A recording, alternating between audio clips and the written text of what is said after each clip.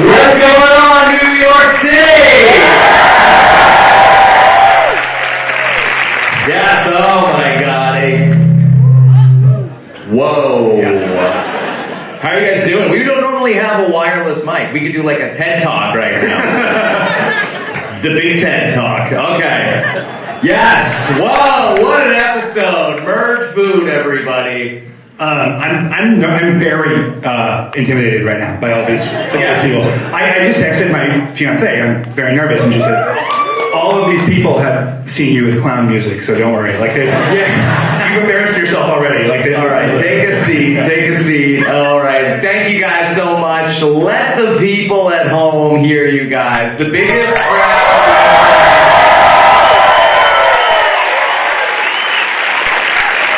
Here we are, the Lincoln Square AMC. Huge screen. We just watched Survivor. Yeah. Jeff Probst introduced us. Unbelievable. On video.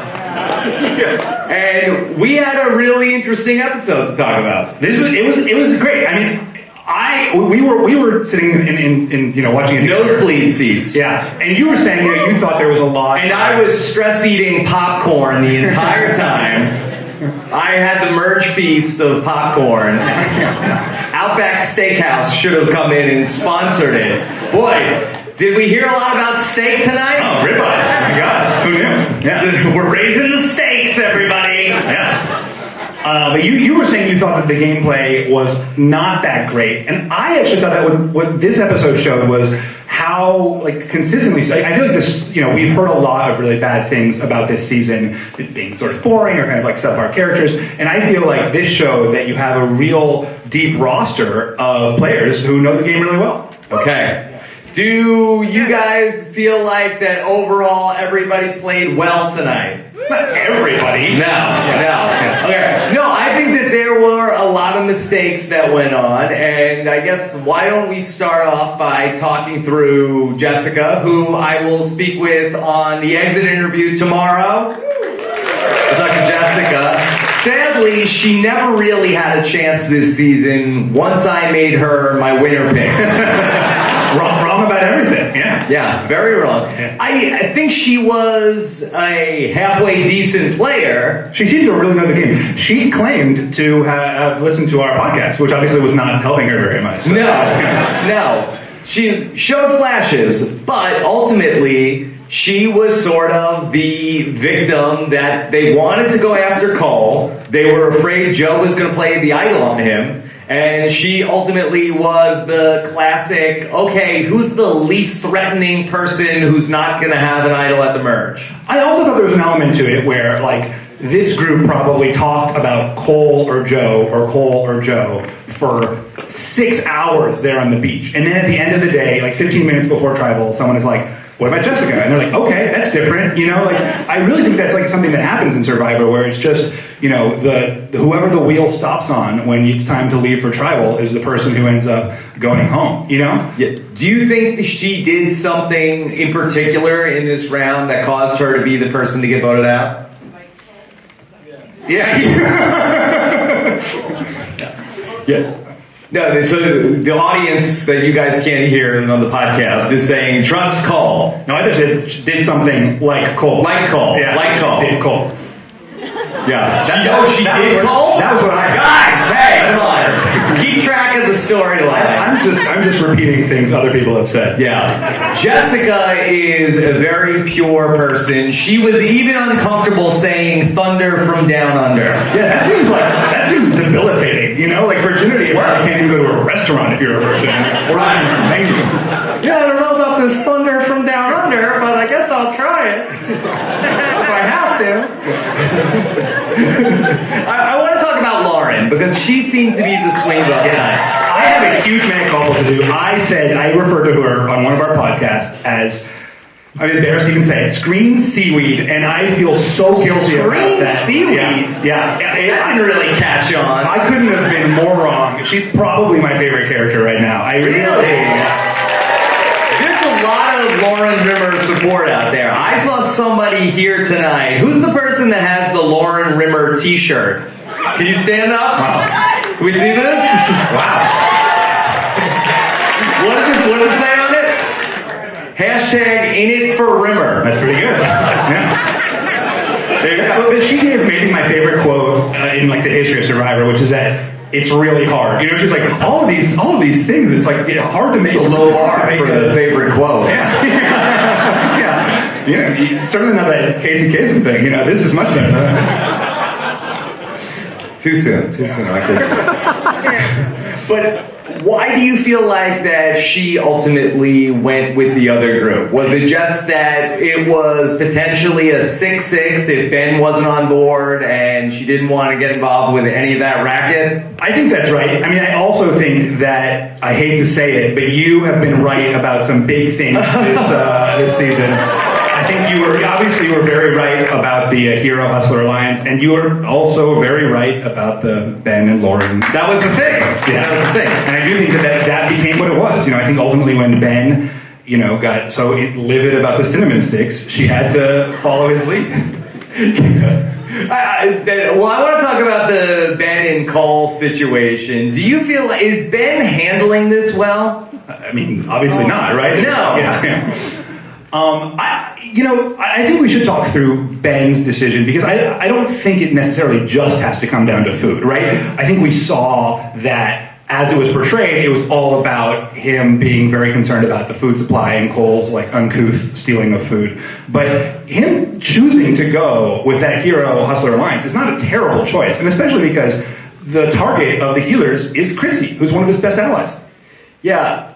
For me, I always try to think about it, where is the person in both of the alliances? And for Ben, and especially for Lauren, I feel like that they're at the bottom of both of those alliances. Ben, I think, is better off to switch to the Hero Hustler Alliance, because at least he has Chrissy, he has Ashley and JP. JP, I don't even think he's got a confessional tonight. Purple JP's tonight and things like that. So I think that for Ben, it's a better move to go with that Hero Hustler group. But for Lauren, she's really in a tough spot because I think she's at the bottom of both alliances, and by a lot. Yeah, well, I mean, the interesting thing about the Hero Hustler Alliance is that there's so many subgroups, or, you know, if there was some convenient term for a subgroup of an alliance, that would be great, but sadly there's none. There's so many trust cluster. Yeah. So many subgroups of that Hero Hustler Alliance that, you know, there's just more room to play for Ben and Lauren in that group than in the Yawa Healer Alliance. Was there a way, though, for Lauren to do it where she's not going to end up pissing off all the people in the group? We saw her really give her word to Dr. Mike, hey, I'm with you guys. Right. Was there a way to do that without getting blood on her hands? No, right? I mean, but to some degree, the people who she's betrayed are going to be mad. What's interesting, though, is I think that like Lauren's relationship is more with Dr. Mike. It's not necessarily with, you know, Joe, obviously, or Desi, or even Cole and Jessica. So, you know, Dr. Mike is maybe more of a free agent now. You know, this weakens the Healer Alliance, and as a result, like, there's still, you know, the next thing is not going to necessarily be by the same lines. The best thing for Dr. Mike, I think, is for the healers just to completely go away. For him to just be like the last healer left, and then they'll forget about him. Yeah, and as someone was commenting earlier, his glasses are all so fogged. You can't even see his eye. Like, he's like in, you know, cloaking device. Yeah. Let's talk about Joe. Poor Joe's exciting. Yeah. But I don't think Joe played too great tonight. Well, I mean, obviously he played an idol that he didn't have to play, but you know, it's possible that he was the target. He brings out the idol, the target switches, and someone taps their nose and the target switches. And I mean, that's actually unlikely. Never mind. Yeah, I don't think that was the case. I mean, we saw in the episode, should the backup plan be Jessica? And I think that the primary plan was Cole. Right, and then the primary plan became Jessica probably before Tribal Council. Mm-hmm. Yeah, and I think that the reason that the primary plan wasn't Joe, because there was some confusion, does Joe have an idol? and Joe ended up going out of his way to end that confusion. Right. Like, I think it would have been a better move for Joe, even if he just did everything he did and then not play the idol. And then, like, Malcolm had done things like that. I think Russell also did things like that, where take out the idol. Everybody thinks he has it. It's something they have to work around moving forward. But now, like he said, now it's back to an even playing field. I actually thought that when he took out the idol, that like they might vote for him because of it, because it's so common now for people to put the idol on, take it out and then not play it. Like it's almost a bluff, like a known bluff. Well, I almost feel like that for Joe, what we never got was what was his plan, where it was like, okay, at least the 5 healers, then they had Ben and Lauren. He seemed annoyed that Ben was even brought in. So I don't know what they thought their numbers were going to be, unless that he underestimated that the heroes and hustlers would be working together. Yeah, I mean, we absolutely just didn't, see what it was. And there's something to what he said, though, of when he plays the idol, he says, let's start fresh, right? Obviously, like, once he pulled out... That's not a thing. No, it is. Listen, as someone... Let me get rid of my idols and advantages. I need to start with a clean slate. You should get rid of your advantages. Maybe not your idols, but, I think there's something to be said for, like, getting that target off of you. Mm-hmm. Yeah. For Joe, he seemed like excited about, you haven't seen Joe at Tribal yet. Yeah. Joe, I get crazy at Tribal, bro. Check this out. Deuces.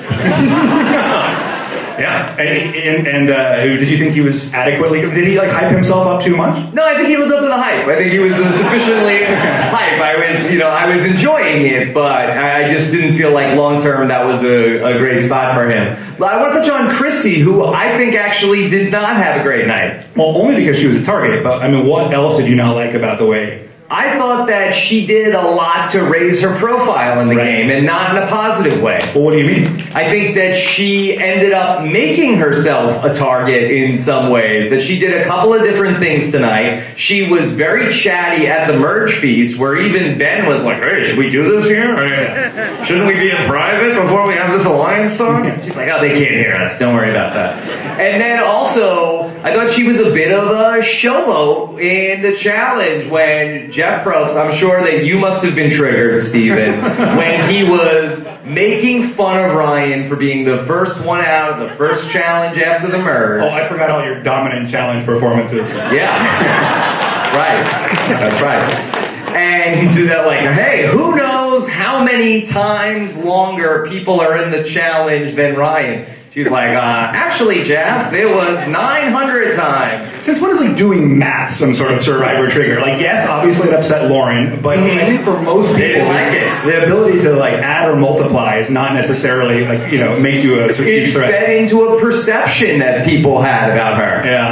Yeah. And so I think that she ultimately ended up being the target. She wasn't somebody who that we thought a lot of people would be going for at the merge. You think she was a target because she did math? No, I think that she did a lot of things. I think that she seems to be a little overconfident at this point in the game. And I actually thought somebody who wasn't very much on the radar, Ryan, I thought he had a good night because he could be a kind of person they say, okay, he's a weasel, let's get rid of that guy, let's target him. Nobody was talking about him. Yeah, and he actually, we didn't actually see very much of Ryan tonight, certainly compared to how much we typically see of him, but it was interesting when he was talking to Devin. He said, I'm really tight with JP. I want it to be me, you, JP, and Ashley. And he didn't even mention Chrissy in that conversation, which, theoretically Chrissy is his number one. So maybe, and Chrissy didn't mention Ryan when she was talking to Ben. So maybe they're keeping that secret. What I thought was interesting was that Devin knows, right, about the secret idol. So, you'd think that he would have asked Ryan, hey, what happened? Yeah, Devin was really playing very hard and very aggressive after the merge as well. We saw him rounding up more numbers than Ryan. Yeah, we saw he was the guy going, and building that coalition. Now, we saw a clue to something that may be an idol or an advantage, or in the preview it looks like there's something that's being dug up at camp. Cole did not find it. If only they would have put the advantage clue in the cinnamon sticks instead of in the nails. That would have been, he would have had That it. would be good, yeah. Yeah. Why did they have cinnamon sticks? What is the utility of cinnamon sticks? It's delicious. It's to stir coffee? To flavor. To flavor your coffee. Wow, you guys are fancy. Yeah. You guys know what's going on with that. Okay. Let's bring out a guest. Okay? All right. Let's bring in somebody I know you guys are excited to see. We're excited to see. Please welcome to the stage the 4-time legend of Survivor, the great Cirie Fields. Cirie, this is like when you were on Survivor Price is Right to try to get out of this. Come on down! Much harder to get to the stage than at Caroline's. Very excited. Everybody is excited to see Cirie. Give it up for Cirie. Where do you want to sit? You have to pick. Sit next to Steven or next to me? Okay, pick Steven. Here, take this. There you go.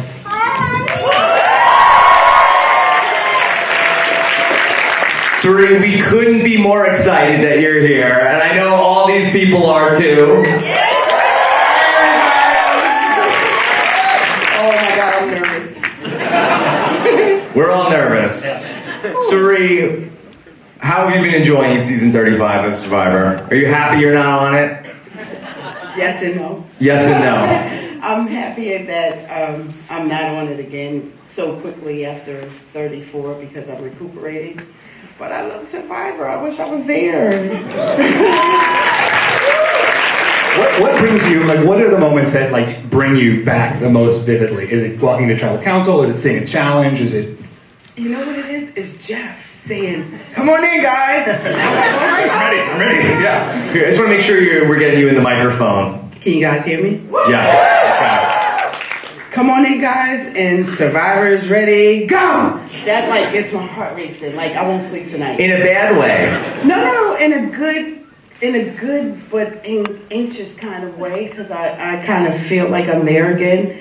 I usually don't watch it the night of. I usually DVR it and watch it the weekend because I won't sleep. Like right now, I'm so amped up. Like I had like 6 cups of coffee, so you know, I don't know. It's like in my blood, and I feel like everything that they're going through. I feel like Joe deciding should he play it or not. I feel like Jessica, like, oh no, it's me. It's I don't know. It's like surreal. I can't really explain it. I just feel like I'm there in that time as that person. Does it come out in the challenges? Because as we saw last season, that, you know, the challenges are a lot, you know, in terms of like having to, you know, expend all that energy to be able to do them. Is that why it's, you know, just brings back those memories? Yeah, see, people don't realize, I didn't realize, I was a fan of the show from day one. I watched Richard Hatch win, but people don't realize how real and depleting it is. People see like Cole and like he's a big, strong guy, but you don't realize he is really, I feel for him, even though he's eating all the food wrong. But I know that he's starving. And the bigger you are and the more, it seems like the more fit you are, I have to say, like, people like me that have a lot of reserves, we don't starve as much. But the people that are like really fit and have like really fast metabolism, I've seen them like really, really starving. So I think Cole's probably a good guy, but he's starving, you know? So I kind of feel for them in a different way than people at home can see, you know? We didn't talk about that moment between Cole and Ben, where Cole actually goes and apologizes to Ben for eating the food. Now, let's say that's you in that moment. Like, what did Cole do? Did he do it right and there was just no getting over, you know, Ben's anger, or is there some better way? Like, obviously, you know, you would have never put yourself in that situation, but like, let's say you hear, you know, some guy is just furious at you for, you know, something you did accidentally. Like, what's the correct, you know, move in that situation? I think Cole did the exact thing that he should have done. You always err in the way of apologizing. What else can you do out there? It's not like you can buy him a drink. You have to go and say, look, please forgive me. I'm sorry. I didn't know any better. And I think in that instance, he really didn't know any better and he couldn't help himself. He was really starving. So I think he did the right thing, whether Ben, appreciated his apology or not. What else could he do besides give him a back massage? Wow. So for Ben, it really was that he felt like that he talked about this last week. Cole is selfish because he could have put weight on, he could have put fat on before he came out here. And even tonight, Cole was like, yeah, because I have such little body fat. And Ben said it again. He's like, well, you could have, But gained weight. he's eating 8,000 calories. Like, how much do you want to eat? 10,000 calories? Like, that's insane. Maybe he doesn't have to lift. Yeah. But see, you don't think that. He's thinking like everybody else would think, like I thought. I need to get fit. I need to get strong. I need to get ripped. I need to be able to compete in challenges. He's not thinking like, geez, if I don't get fat or put on weight or be like Cirie, I'm going to starve. He's thinking like, I need to be as strong as possible. So you really don't understand until you're there. I want to talk to you about the Cole and Jessica thing because they had this relationship and it seems as though that ultimately cost her game. And there's a moment that I always, I don't always think about it, but it reminds me of this. Back when you played in Micronesia, that there's a really great scene where you're on the boat with Amanda and Parvati. And Amanda is with Ozzy and Parvati is with James. And you were giving them a pep talk about, okay, whatever you guys are doing, that's fine, but it has to be the game first before the relationship. Do you feel like that Jessica was keeping her game ahead of that relationship? I don't think so because Jessica is sweet and naive and, the heart wants what the heart wants. However, any pair in Survivor is a threat. So if I'm making googly eyes at Cole or even Dr. Mike, everybody else around is just, they don't see like, oh, how sweet the relationship. They see two people. And in a game that numbers are important, that makes you a target immediately. Yeah. What did you think of the decision to vote out Jessica? Like, was that, I think it was a wasted vote, especially now in the merge. My thing is at the merge, you want to take out people who are physical threats, people who are going to win immunity challenges, people who you can't beat. And Jessica's eyes are so like googly about Cole. She's not even a threat physically. She's not a threat. You need to be looking at the Coles, the fireman guy, the people that are going to win. Yeah. JP, the people who are going to win immunity challenges. That's how I like to play the game anyway. Was last season just an outlier when Haley ended up being the person to get voted out at the merge just because she wasn't part of that big Nuku group? That and Haley never wanted to talk game with me. Haley had like Troyzan, when Troyzan came over to us, his people were Haley and Jonathan. There's 3 people right there. So numbers is key, so sometimes it doesn't really matter how physically fit you are or if you're a challenge threat, it's all about the numbers. And if somebody's making you their go-to number, then the shift goes to you as opposed to the physical threat. Let's talk about Joe and what he did tonight with his idol. Were you a fan of how he played any of that? I thought it was gangster how he said It was very fun. He said, I got it, let's go. However, usually when you do that, you shake everybody. And you should know that, okay, I put everybody on notice, don't come for me. So I think it was a waste to play it when Joe played the idol unnecessarily. Do you think it's unfair, all of the Tony Joe comparisons to either guy? Because I know we do it a ton. Well, you have to give Tony credit where credit is due. He did a particular Tony moves tonight, saying, "Look, this is it. I got it. Come for me if you want to." But he failed to follow through and not play the idol. Mm-hmm. So she agrees. So if you think Jessica is the wrong person for, like, who would have been the right person? Do you think they should have taken that shot at Cole? Absolutely. Well, for me, it's the physical threat. And even though Cole had his little lapse, his little starvation incident, now he's eating and he's strong. And to me, looking at him, if I was there, I would be going for Tony, JP, the stronger people, because I could probably maybe beat Chrissy. I don't know. So yeah, I think it was a wasted vote on Jessica because she's not really strategic enough. She's not really physical enough. She's not really that big of a threat. I would even go after Dr. Mike before I went after Jessica. Mm-hmm. Not really Dr. Mike if I get to play with you again. That Jessica is a nurse practitioner, and Dr. Mike is obviously a doctor. I had speculated that maybe there's a little bit of that they could work together, or they were at least like when Cole went down, boom, they were able to very quickly, work to resuscitate him. And it seemed like game-wise they were on the same page. As somebody who works in a medical field, I was trying to think this through of doctors that you worked with, and you played with Candace and were able to work with Candace. Is there a shorthand there between people that are in the same profession? Absolutely not. When you're on Survivor, it does not matter. My wife is shaking her head, too.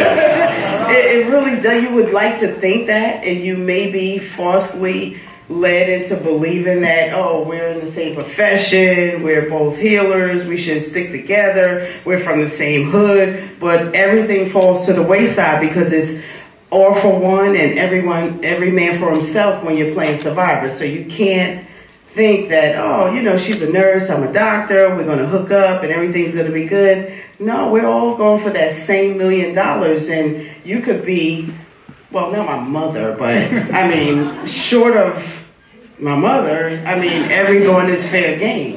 When you first hit that beach, you are looking for like some kind of commonalities. Like for me, it's always like who's in a similar world to me back home, who I can, I feel who knows like, poems? Yeah. Who listens to NPR? Come on, everyone listens to it. No? What are the things for you that are like that person that stands out to me as someone who I want to be with? I look for personality similarities.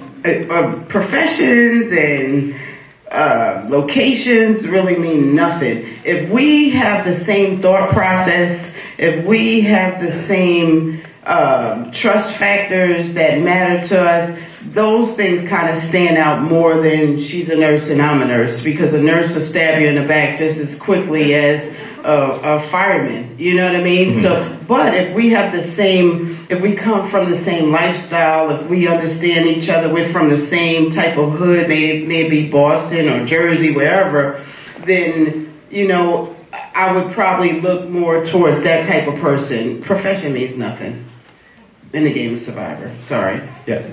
How did you think Chrissy ended up doing tonight?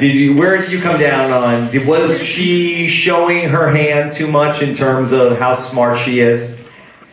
You know what? For me, less is more, always. Mm-hmm. You never want to post up or make yourself a target. I like to get as small as possible, which is not really that possible for a person like me. But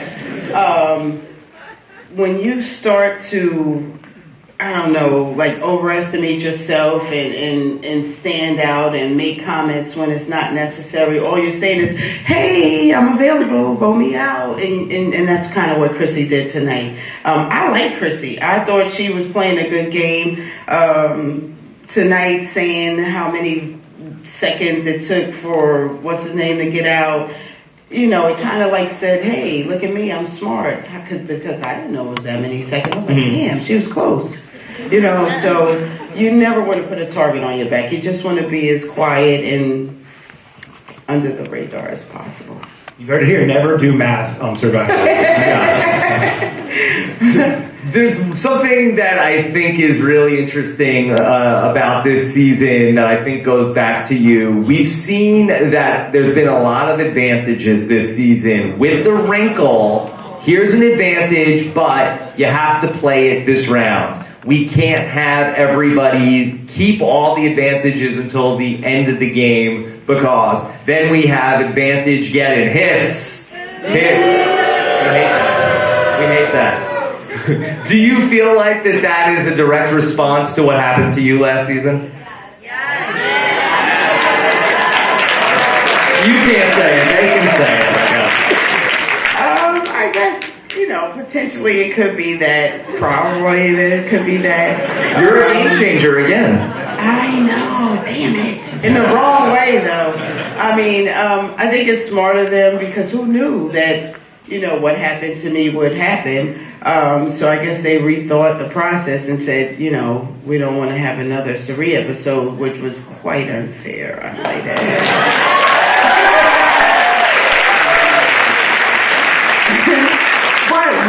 Listen, I can't complain. If you have to go out, what a way to go out. Yeah. You know what I'm saying? So I'm glad they thought about it, but what happens. It's Survivor, guys. Come on. I go out. You go out there knowing that anything is possible. And if you don't feel that anything is possible, then you're probably going to get blindsided.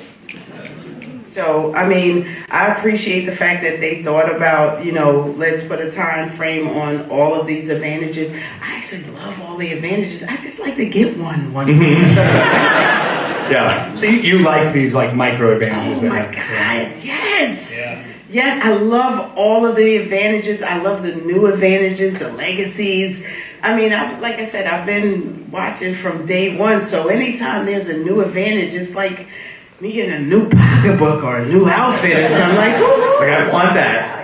I just would like to utilize it or wear it one time. Yeah, it's too bad that we didn't get to see what this advantage was, because the way that they built this season, it really is pretty interesting. They put an advantage in the game on the very first day, so when the game started, boom, here's an advantage. Then they put an advantage in the game the day that the swap happened, and then, okay, now here's an advantage that has to get passed along at the swap, and now we got the merge today, and we got this other advantage, and it really would have been interesting to see how that would have played out, whether it would have been something, you have to play this at a tribal council, or you have to give this to another player to play at the tribal council. Hopefully we'll see next week what it ultimately is, but I think that there's been a very fun wrinkle on this season. I think the best advantage was a disadvantage. Oh yeah, you like that? You show up like, I got an advantage!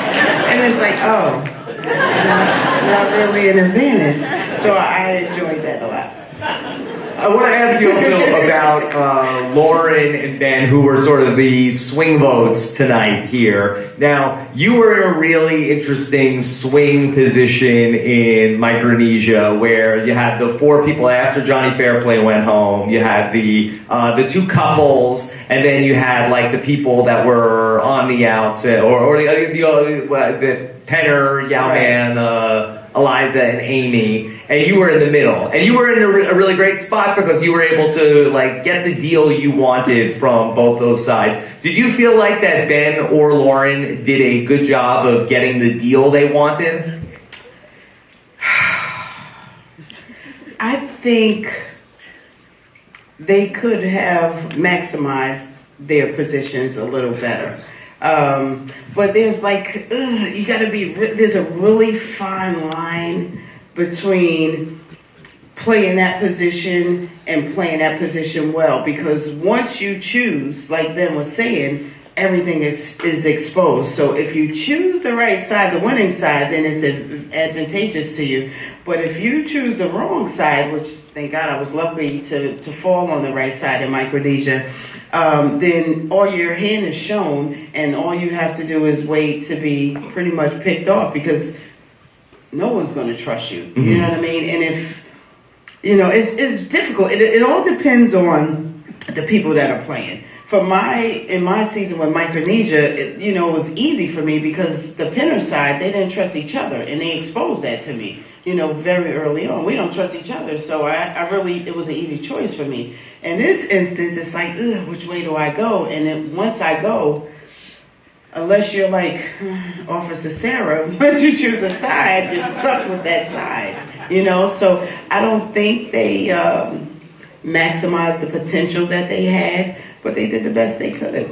Well, that was my your Sarah shout-out was my question. Like, is this it for Ben and Lauren's opportunity to work with Dr. Mike and Cole? Like, or is there room to go back and work with them in the future? Again, like I said, it depends on the people that you're playing with. And Dr. Mike is really smart. Yeah. And even though Cole is starving, stupid, because I think I think Cole would be smarter if he had food. The fact that you expose yourself to them and Dr. Mike being really smart, I don't think the ability to flip-flop or to come back is there as it was for Officer Sarah with our people.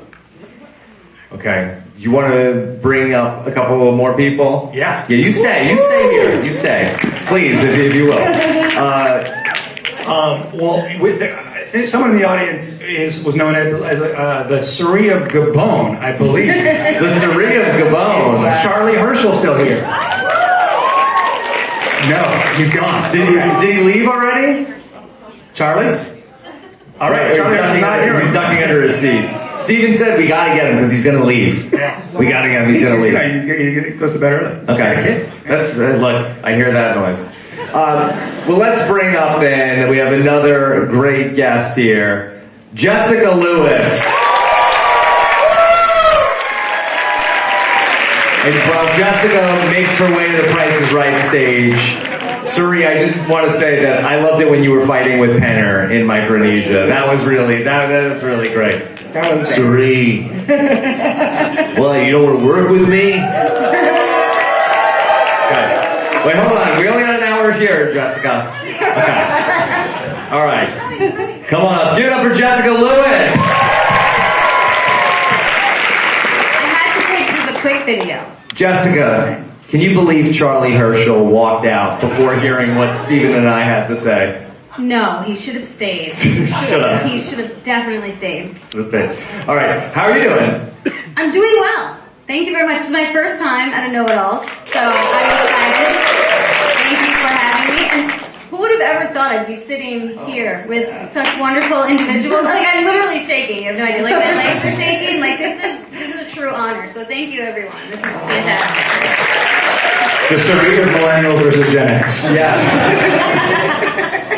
So, with this vote tonight, there was a possibility that we were headed towards a 6-6 vote if Ben and Lauren were going to end up going their separate ways. I was counting. I was like, oh, Lord, we're getting there. Did you feel like that Lauren ultimately went with the larger number because she was afraid to potentially go to the rocks? I don't know if that was necessarily her concern. I think Ben was more of her concern. And I think she was going to do whatever Ben wanted to do. I don't think anyone wants to go to rocks, clearly. But if you are really relying on someone in your alliance, and I think she and Ben are very close, that's where her decision really boiled down to. In terms of how Cole has had to handle this food situation, you guys had a lot of issues with people eating all the food at the merge. Not people. Yes.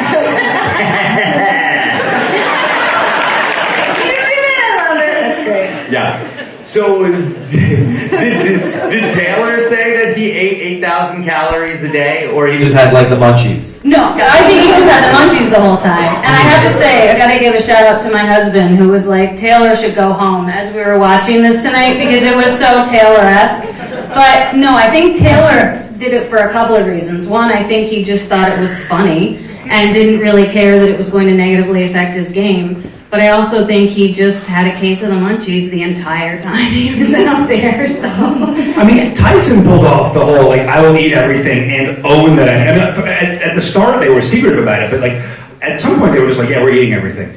I don't know know. Were they? Did they actually own it to everybody? I think that him and Jervis, they were the coconut bandits. The bandits being the operative word, that they were like behind everybody's back. The thing is with Tyson, you can never tell if he's being serious or sarcastic. So he might have said it. Well, and you don't believe Tyson it. could get away with murder in terms of oh, it was no big deal, man. What's going on? They're like, Tyson, you are incorrigible.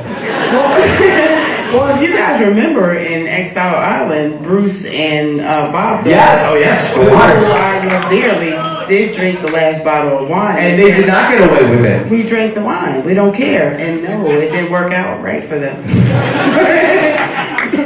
Do you think food is a bigger issue on a new player season than it is on a returning player season?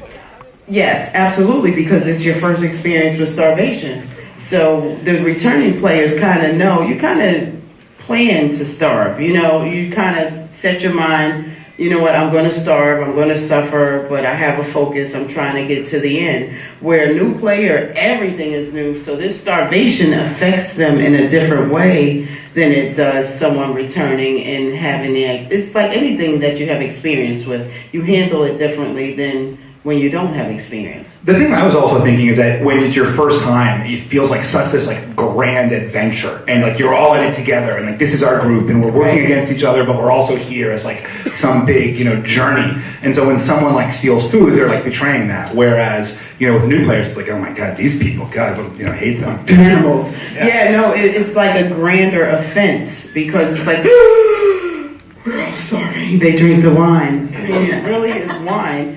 However, like you said, second time around, you know, we're used to it. Okay, they eat the food, but they won't get this idol. You know, it's a different type of mindset. Yeah, I think I clearly wasn't ever a returning player. Hopefully I get that chance. But when you're playing the game, everything you do, you're so worried is going to negatively affect you in some fashion. And so every bit of food you take, you feel like everyone's watching you. And everything you do, you feel like someone's watching you. So I do think that there's a more relaxed atmosphere the second time because you know what to be concerned with. Yeah. Whereas the first time, you need to be concerned with everything. Everything. I agree. It's kind of a great way to like exist, you know, where everything you do matters, like compared to like most of our lives, where like nothing matters, you know. Yeah. Yeah. So we need to just follow you around with cameras all day, and then you'll have such a meaningful existence. Yeah, well, if your whole fate in this, like, the game, which is, like, you know, metaphorically life, is dependent on, like, oh my god, I dropped some food, and now my, like, torch is going to be snuffed, you know? I mean, what an existence. I think you'd go insane. A knife itch, You'd go insane. Every morning you'd wake up just in a panic. You couldn't sleep ever. Coming into the merge in terms of this first vote, was this any way like your first vote at the merge? My first vote at the merge was different because what you didn't see was I was actually on the chopping block when we started the merge. I mean, I was the first name that people were saying. So when I lost that first tribal immunity challenge, I was devastated. So I was actually like almost like a zombie because I was like, I'm done, I'm going home. And then all of a sudden Zeke pulled me aside and he's like, okay, listen, it's not you now, it's Adam. And I was like, oh my gosh. And so then your life comes back. But then it just keeps spiraling. And I think that you were the one that said it, Stephen, about the wheel just keeps spinning. I gotta give him credit. You know, the wheel was spinning and the name that it stopped on was Michelle. And it stopped on Michelle because people were afraid. So the immunity challenge was a metaphor? People were afraid that Jay had an idol, and they said, well, if Jay has an idol, very similar, if Jay has an idol, he might play it for Taylor, but he won't play it for Michelle. So we're going to go with Michelle. And so that was kind of where the strategy came into play with that. It makes you understand how James K. Polk got elected president in 1844, you know? Like, this dark horse candidate comes out of nowhere, you know, that's the one. Just like that. Another great analogy. Yeah. Do you have one particular merge that was crazier than the other ones? You've been through that 3 times. 4 times.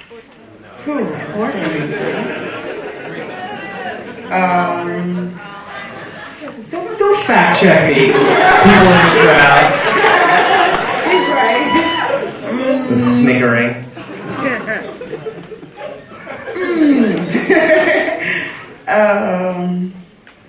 Because it was kind of clear in Exile Island, right? and then X-Files was laid out. I mean, here, Fans vs. Favorite was kind of laid out. Yeah. I guess this merge was a little more unstable because it had been shuffled so many times and you really didn't know where the loyalties lied. But, you know, for me, a merge is a merge is a merge. I was all about the food. All right, I want to start to get the questions from the audience. I know we're gonna have a lot, so let's make a line over here, and let's see how many we can get to, because I know it takes a long time for people to get down. And Brian is right here, so let me go to him. Okay. So I have a statement and a couple quick questions. You talked about Chrissy kind of painting a target on her back.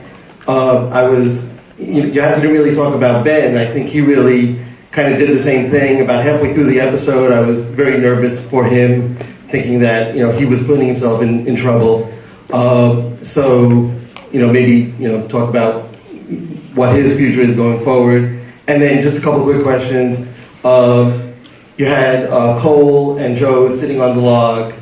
So who was dumber, Cole or the log? And now I lost my other question. Okay, that's fine. That's fine. All right. Did Ben, in your minds, did he put himself into a bad situation with how he played this round? It seems like he's in a bad situation, right? Where or he's in a great situation where he's that swing vote, So I mean, the thing is, like, he's so in these two groups at least that he's going to infuriate one of them, right? I agree. It just depends where the power ends up shaking out, because it's either a great spot, like Steven said, or it's a great spot if the power lies with the group that you went with. But if the power ends up with the group that you went against, then it's a horrible position to be in. Yeah. And you totally shine a light on yourself when you make that decision. Right. But I actually think he is going to end up being fine, because who are the people that are going to end up being mad at him? I mean, he voted one of them out. Desi and Joe, they were on the other tribe. Joe was like, you can't trust Ben. Like, he knew. So it's really just Cole, and he'd already been having beef with him, and Dr. Mike. So maybe he could patch things up with Dr. Mike, but he made 6 other people happy. So I think he ended up in the better position. Such a bad episode for Ben, though, right? I mean, I thought he was like the anointed winner, but I don't know about that. Steven during the episode, this is a bad look for him. Okay, Alicia. Hi. I'm just wondering how you guys think you would have done in this particular challenge, since you have both the balance and you have to keep the ball at the same time. Great, I would have won. Really? Alicia? Did you not see my balance beam? We'll give that one to Jessica. I do have experience with that balance beam, so I can say I think the balance beam might be okay, but I don't know if I'd be able to handle that noise over. It would make my eyes cross, and I would probably drop the ball really quickly. This was from Australian Survivor, right? Yes, Not the first time it's happened. I have to say, if you haven't watched the second season of Australian Survivor, watch it. No spoilers. No spoilers, just watch it. Nobody yell out spoilers from the audience No tonight for spoilers, any but it's shows. amazing. Okay. First of all, I'm freaking out standing near all of you. What's your name? My name is Andy. Hi, Andy. Hi. So let's pretend that when Dr. Mike went to Ben with their plan, he didn't throw out Chrissy's name. He threw out maybe a hustler. Does Ben go with them? Well, that's where you run into a tricky spot with Lauren. As long as Lauren is willing to say, I'm cutting my losses with the hustlers, I think that possibly, yes. I think that could happen. And Lauren was never that tight with them. I mean, her whole narrative on that tribe was that she felt out of place. But it's a good question, because we saw in Cagayan when Cass ended up being the person who flipped over that officer to vote out Officer Sarah, that it was the question that was asked to her by Trish, who do you want? Whatever name you want, that's who we'll go with. And I guarantee you, Ben did not volunteer Chrissy as the person to put the votes on. Well, we saw who he volunteered. It was Cole. Yeah. So maybe that would have been more convincing for him. Possibly. Hello. My name's Anthony. My question goes to the four of you guys. which one, like, who labeled themselves all three occupations here, and who labeled them one of each out of the four?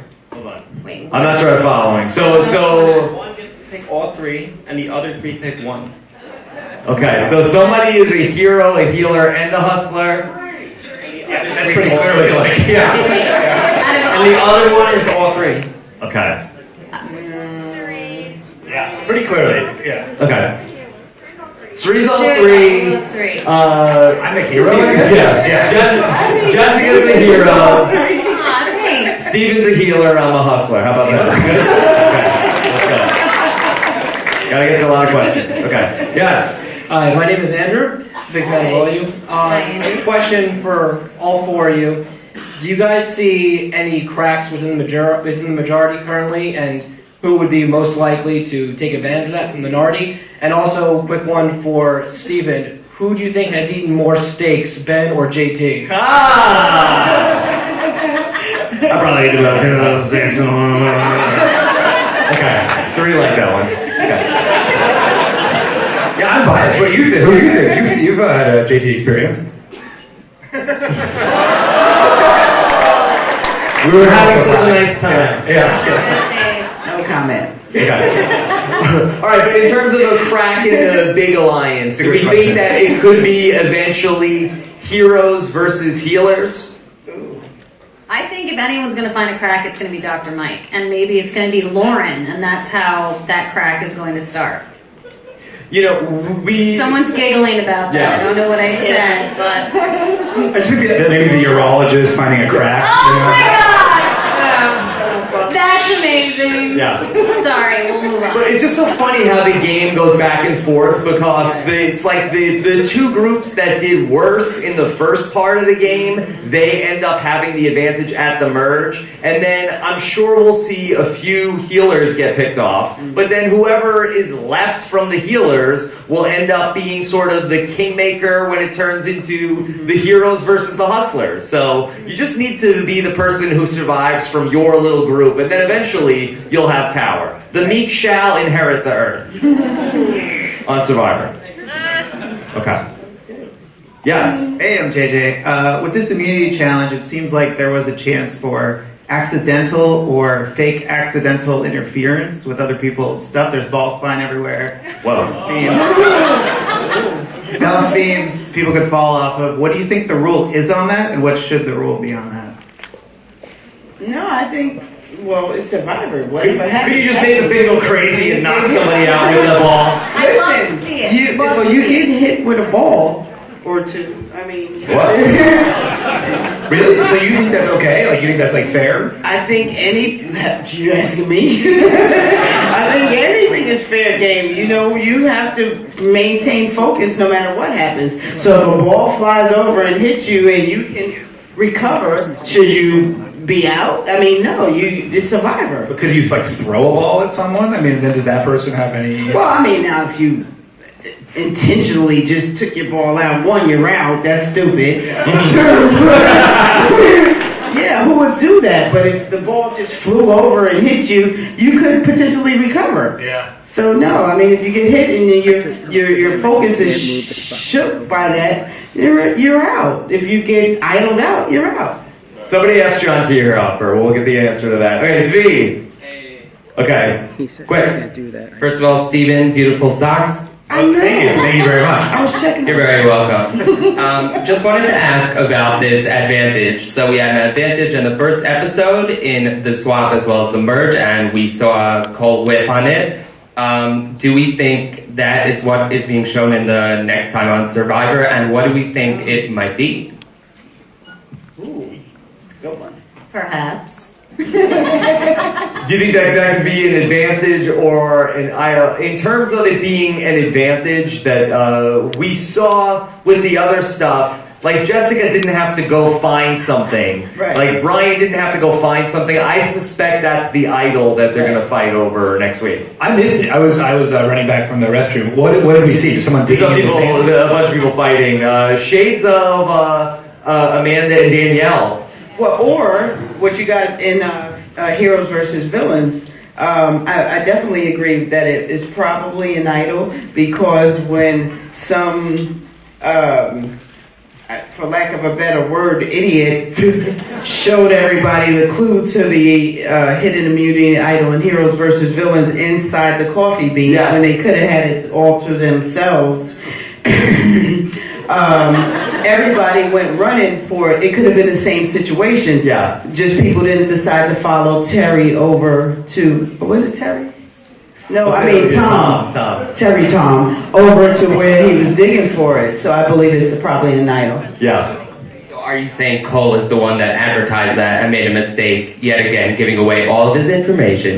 All right, well, let's not prosecute him for that yet before we have all the evidence. Okay. All right, we love you, Cole. Okay. All right, let's do one more question. Okay. Hey, first off, I just want to say, Jessica, you're killing it with Why Did Blank Go Home? You're really doing great. Thank you so much. And Why Blank lost? yeah, why Blank lost? David Bloomberg will be upset. David Bloomberg is David here. Bloomberg's also, you guys are awesome together, really funny. Thank you so much. If you're not listening, please listen to Why Blank lost. Okay, so I know you're time sensitive with this, so I'm gonna go quick. So I have an editing question. After they went back and forth after the challenge, when it was Joe, it was Cole, it was Joel, it was Cole, and then Jessica's name just dropped out of nowhere. I leaned into my little brother and I said, Jessica's gone. And he's like, no way, why would she be gone? And then when she went, he was like upset. And I think the Did you just come up here to brag? I knew you were gonna sound like that. My question actually is that the editors are doing a Michaela so often, a Michaela edit so often this season, that's almost not. It's almost predictable. I think it is. Did anybody else know that Jessica? I didn't even know the Michaela edit was a thing. No, that was the best edit, but it was a fool's edit. But it's From like, which season? South Pacific. No, Milena's was just. She played it 2 seasons. Oh yeah, Milena was I love you, Michaela. Do you think that these kind of edits are, if they happen too frequently, do they become? You feel like that when the edit, like, oh, by the way, what about this person as a backup plan?